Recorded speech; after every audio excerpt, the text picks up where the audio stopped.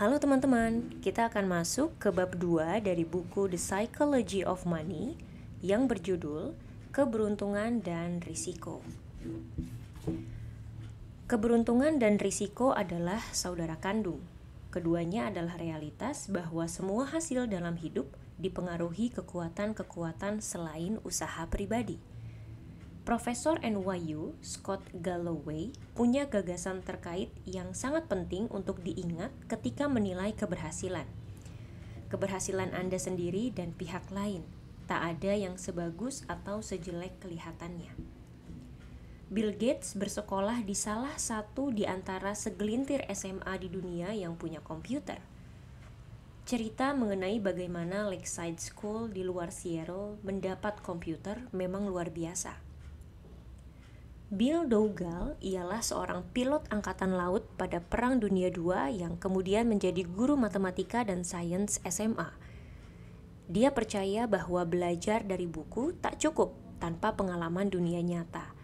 Dia juga menyadari bahwa kami akan perlu tahu sesuatu mengenai komputer ketika kuliah. Kenang mendiang pendiri Microsoft, Paul Allen.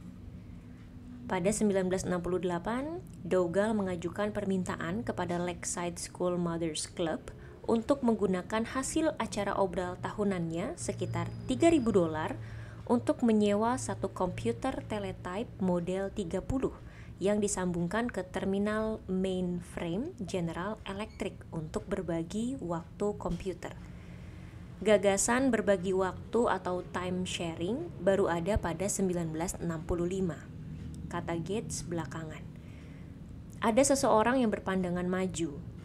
Sebagian besar sekolah pascasarjana universitas saja tak punya komputer secanggih yang Bill Gates bisa akses pada waktu dia kelas 8. Dan Gates tak bosan-bosan menggunakannya. Gates berumur 13 tahun ketika pertama bertemu teman sekelasnya, Paul Allen. Allen juga terobsesi dengan komputer sekolah dan keduanya langsung berteman baik.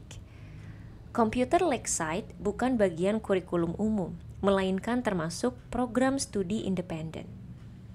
Bill dan Paul dapat mengotak-atiknya dengan santai, membiarkan kreativitas menggila sesudah jam sekolah, sampai larut malam.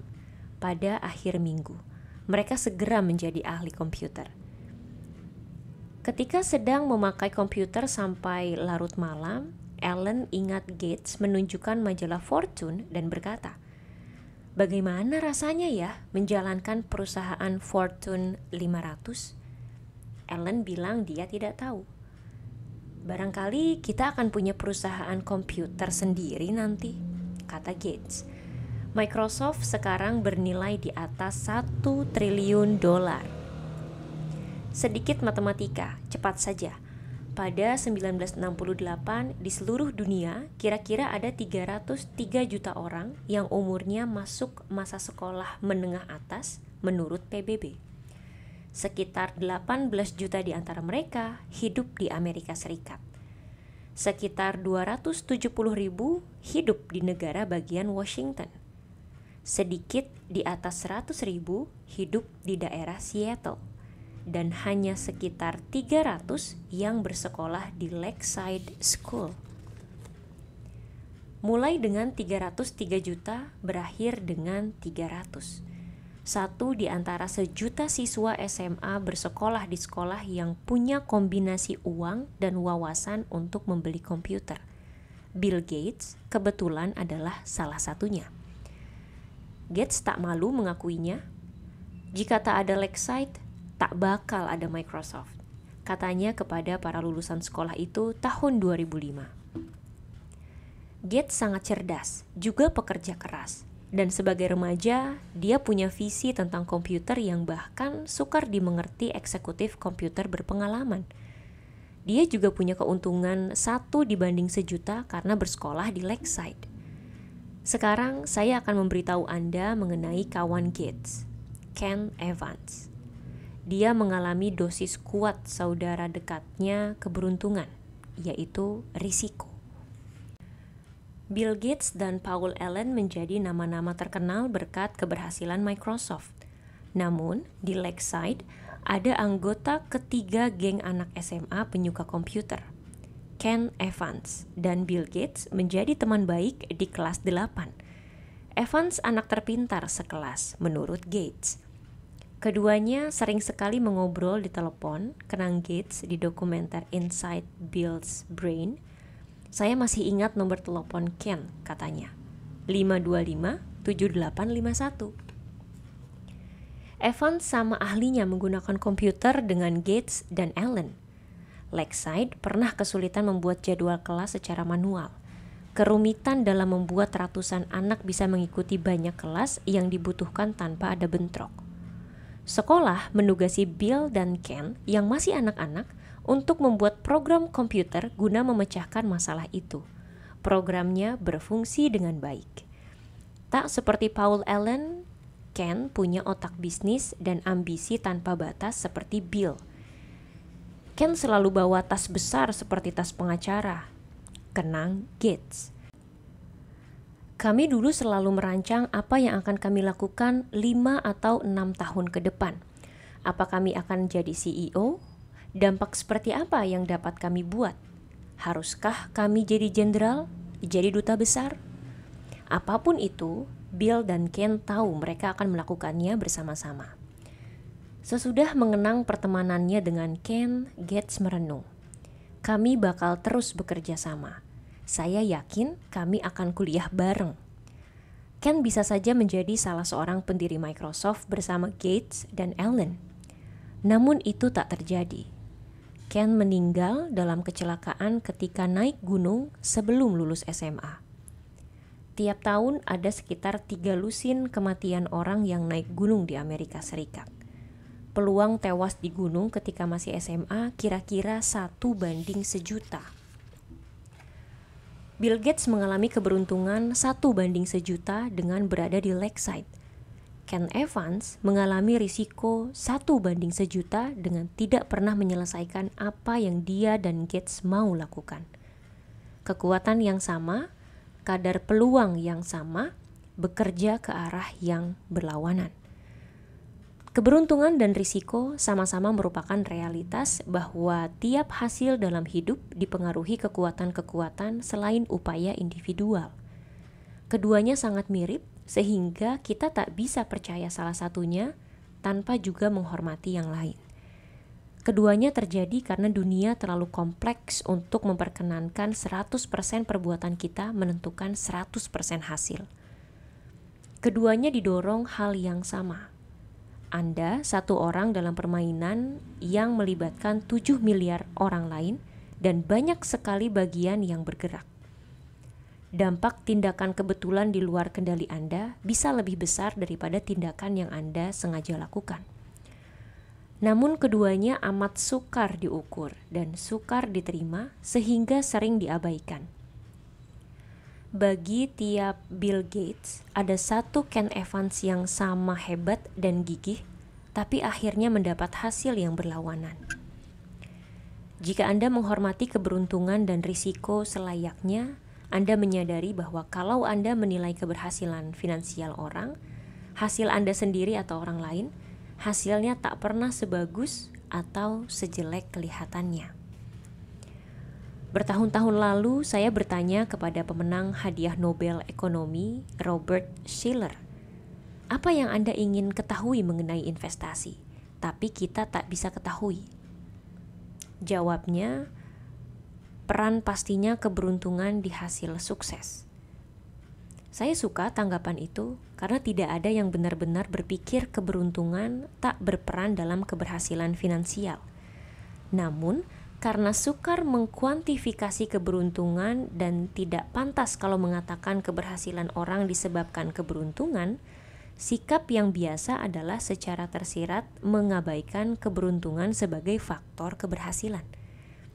Jika saya berkata, ada 1 miliar investor di dunia berdasarkan kebetulan belaka, apa Anda akan memperkirakan 10 di antara mereka menjadi miliarder hanya karena keberuntungan? Anda akan menjawab, tentu saja.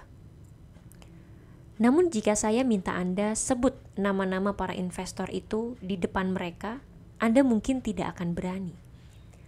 Ketika menilai pihak lain, mengaitkan keberhasilan dengan keberuntungan membuat Anda tampak iri dan jahat, meski kita tahu kaitan itu ada. Dan ketika menilai diri sendiri, mengaitkan keberhasilan dengan keberuntungan juga bisa terlalu mematahkan semangat. Ahli ekonomi Bhaskar Mazumder telah menunjukkan bahwa pendapatan di antara saudara lebih berkorelasi daripada tinggi atau berat badan. Jika Anda kaya dan jangkung, saudara laki-laki Anda lebih mungkin sama kayanya dibanding sama jangkungnya. Saya pikir sebagian besar kita secara intuitif itu benar. Mutu pendidikan Anda dan kesempatan yang terbuka bagi Anda sangat berkaitan dengan status sosial ekonomi orang tua. Namun, carikan 2 bersaudara yang kaya, dan saya akan tunjukkan 2 orang yang tak berpikir temuan penelitian itu berlaku bagi mereka.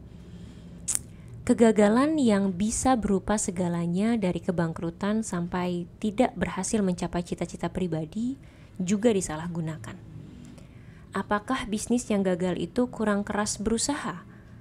Apakah investasi buruk tidak dipikirkan dengan baik? Apakah karir yang mandek disebabkan kemalasan? Kadang iya, tentu saja. Namun seberapa banyak? Sukar mengetahuinya. Segala yang layak dikejar punya peluang berhasil di bawah 100%, dan risiko adalah apa yang terjadi ketika mendapat hasil yang kurang dikehendaki. Sebagaimana dengan keberuntungan, kisahnya jadi terlalu sulit, terlalu berantakan, terlalu kompleks jika kita coba urai seberapa banyak suatu hasil disebabkan keputusan sadar atau risiko. Anggap saya membeli saham, dan 5 tahun kemudian harganya tak naik-naik. Mungkin saya membuat keputusan buruk dengan membelinya. Mungkin juga saya membuat keputusan bagus yang peluang untungnya 80%, dan saya kebetulan mendapat hasil rugi yang peluangnya 20%. Bagaimana saya tahu yang mana yang terjadi?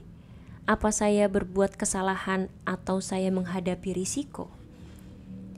Bisa saja mengukur dengan statistik apakah beberapa keputusan itu bijak. Namun, di dunia nyata sehari-hari, kita tak melakukan itu. Terlalu sukar. Kita lebih suka cerita sederhana yang gampang tapi sering menyesatkan. Sesudah menghabiskan bertahun-tahun di sekitar investor dan pemimpin bisnis, saya menyadari bahwa kegagalan orang lain biasanya dianggap disebabkan keputusan buruk, sementara kegagalan kita sendiri biasanya dianggap karena risiko buruk. Ketika menilai kegagalan Anda, saya cenderung lebih suka cerita jelas dan sederhana mengenai sebab dan akibat, karena saya tak tahu apa yang berlangsung dalam kepala Anda. Anda mendapat hasil buruk, jadi itu mesti disebabkan keputusan buruk.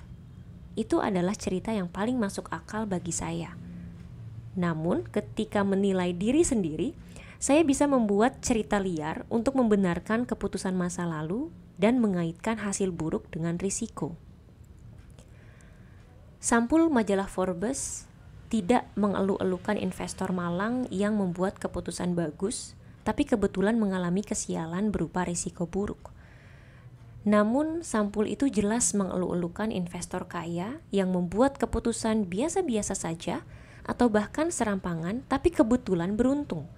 Keduanya melempar koin yang sama, kebetulan hasilnya beda. Bagian yang berbahayanya adalah bahwa kita semua mencoba belajar mengenai apa yang ampuh dan tidak ampuh untuk uang. Strategi investasi apa yang ampuh, apa yang tidak ampuh. Strategi bisnis apa yang ampuh, apa yang tidak ampuh. Bagaimana caranya jadi kaya, bagaimana supaya tidak miskin. Kita cenderung mencari pelajaran dengan mengamati keberhasilan dan kegagalan lalu berkata, lakukan apa yang dia lakukan, hindari apa yang dia lakukan. Jika punya tongkat sihir, kita akan menemukan seperti apa tepatnya proporsi hasil yang disebabkan tindakan yang bisa diulang, dibanding peran risiko dan keberuntungan acak yang memengaruhi hasil itu ke segala arah. Namun kita tak punya tongkat sihir. Kita punya otak yang lebih suka jawaban gampang tanpa memperhatikan nuansa. Jadi, mengenali ciri-ciri yang harus kita tiru atau hindari bisa sangat sulit. Saya akan menceritakan sosok lain yang sangat sukses seperti Bill Gates, tapi kesuksesannya sukar diketahui apakah berasal dari keberuntungan atau keahlian. Cornelius Vanderbilt baru menjalin sejumlah kesepakatan bisnis untuk memperbesar kerajaan rel keretanya. Seorang penasihat bisnisnya memberitahu Vanderbilt bahwa tiap transaksi yang dia setujui itu melanggar hukum. "Demi Tuhan, John," kata Vanderbilt, "kamu tidak menganggap bisa mengelola rel kereta sesuai aturan negara bagian New York, kan?" Yang pertama saya pikirkan ketika membaca itu, sikapnya lah yang menyebabkan dia sangat berhasil. Hukum tidak mendukung rel kereta pada masa hidup Vanderbilt. Jadi dia bilang, bodoh amat, dan terus maju. Vanderbilt luar biasa sukses. Jadi ada godaan memandang sikapnya yang tak peduli hukum. Terkenal dan vital bagi keberhasilannya sebagai kebijaksanaan. Sang visioner nekat tak bisa dihalangi apapun. Namun, seberapa berbahaya analisis itu? Tak ada orang waras yang bakal menyarankan kejahatan terang-terangan sebagai ciri kewirausahaan. Bisa dibayangkan cerita Vanderbilt berujung berbeda, pelanggaran hukum yang perusahaan barunya ambruk karena vonis pengadilan. Kita punya masalah di sini. Kita bisa memuji Vanderbilt karena menantang hukum dengan sama bersemangatnya ketika mengkritik Enron karena melakukan hal yang sama.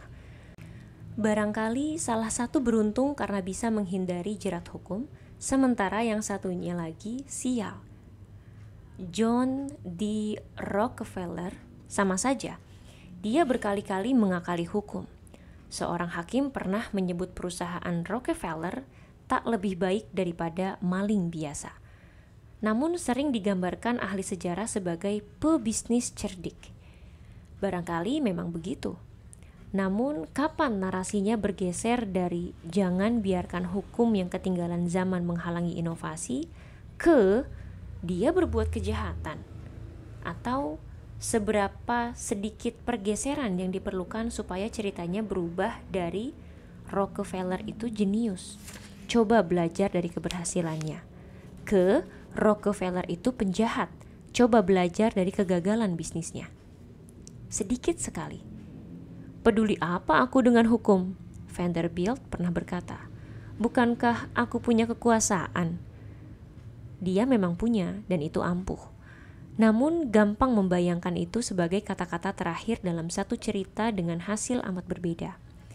Garis antara keberanian dan serampangan bisa tipis.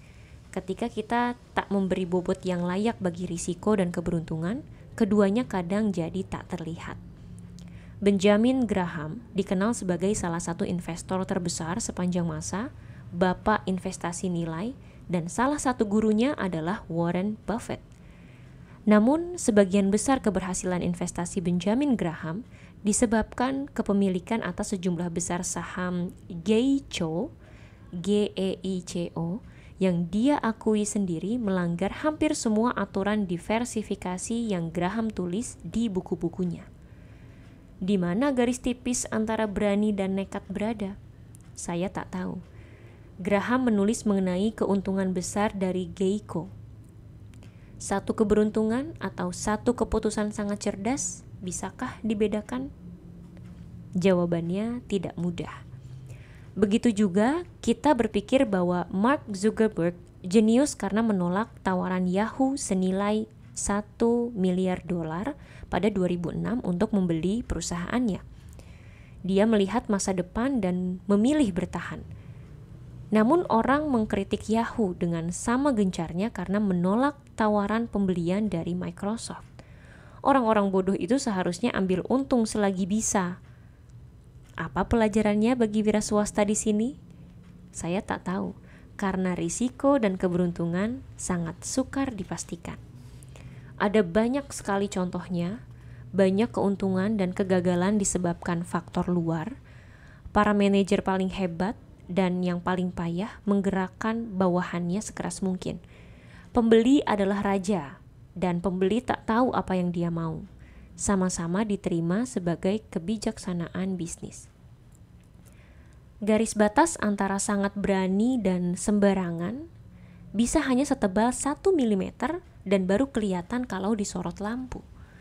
Risiko dan keberuntungan adalah dua sisi koin yang sama. Itu bukan masalah gampang. Kesukaran mengenali apa itu keberuntungan, apa itu keahlian, dan apa itu risiko adalah salah satu masalah terbesar yang kita hadapi ketika mencoba belajar mengenai cara terbaik mengelola uang. Namun dua hal bisa mengarahkan Anda dengan lebih baik. Hati-hati dengan siapa yang Anda puji dan kagumi. Hati-hati dengan siapa yang Anda remehkan dan hindari. Atau hati-hati saja kalau menganggap bahwa 100% hasil bisa dikaitkan dengan upaya dan keputusan. Sesudah putra saya lahir, saya menulis surat untuk dia. Sebagian isinya adalah sebagai berikut. Beberapa orang lahir di keluarga yang mengutamakan pendidikan. Yang lain lahir di keluarga yang tak peduli pendidikan. Beberapa lahir di ekonomi yang tumbuh pesat dan mendorong wira swasta. Yang lahir pada masa perang dan kesulitan. Saya ingin kamu berhasil, dan saya ingin kamu berusaha agar berhasil.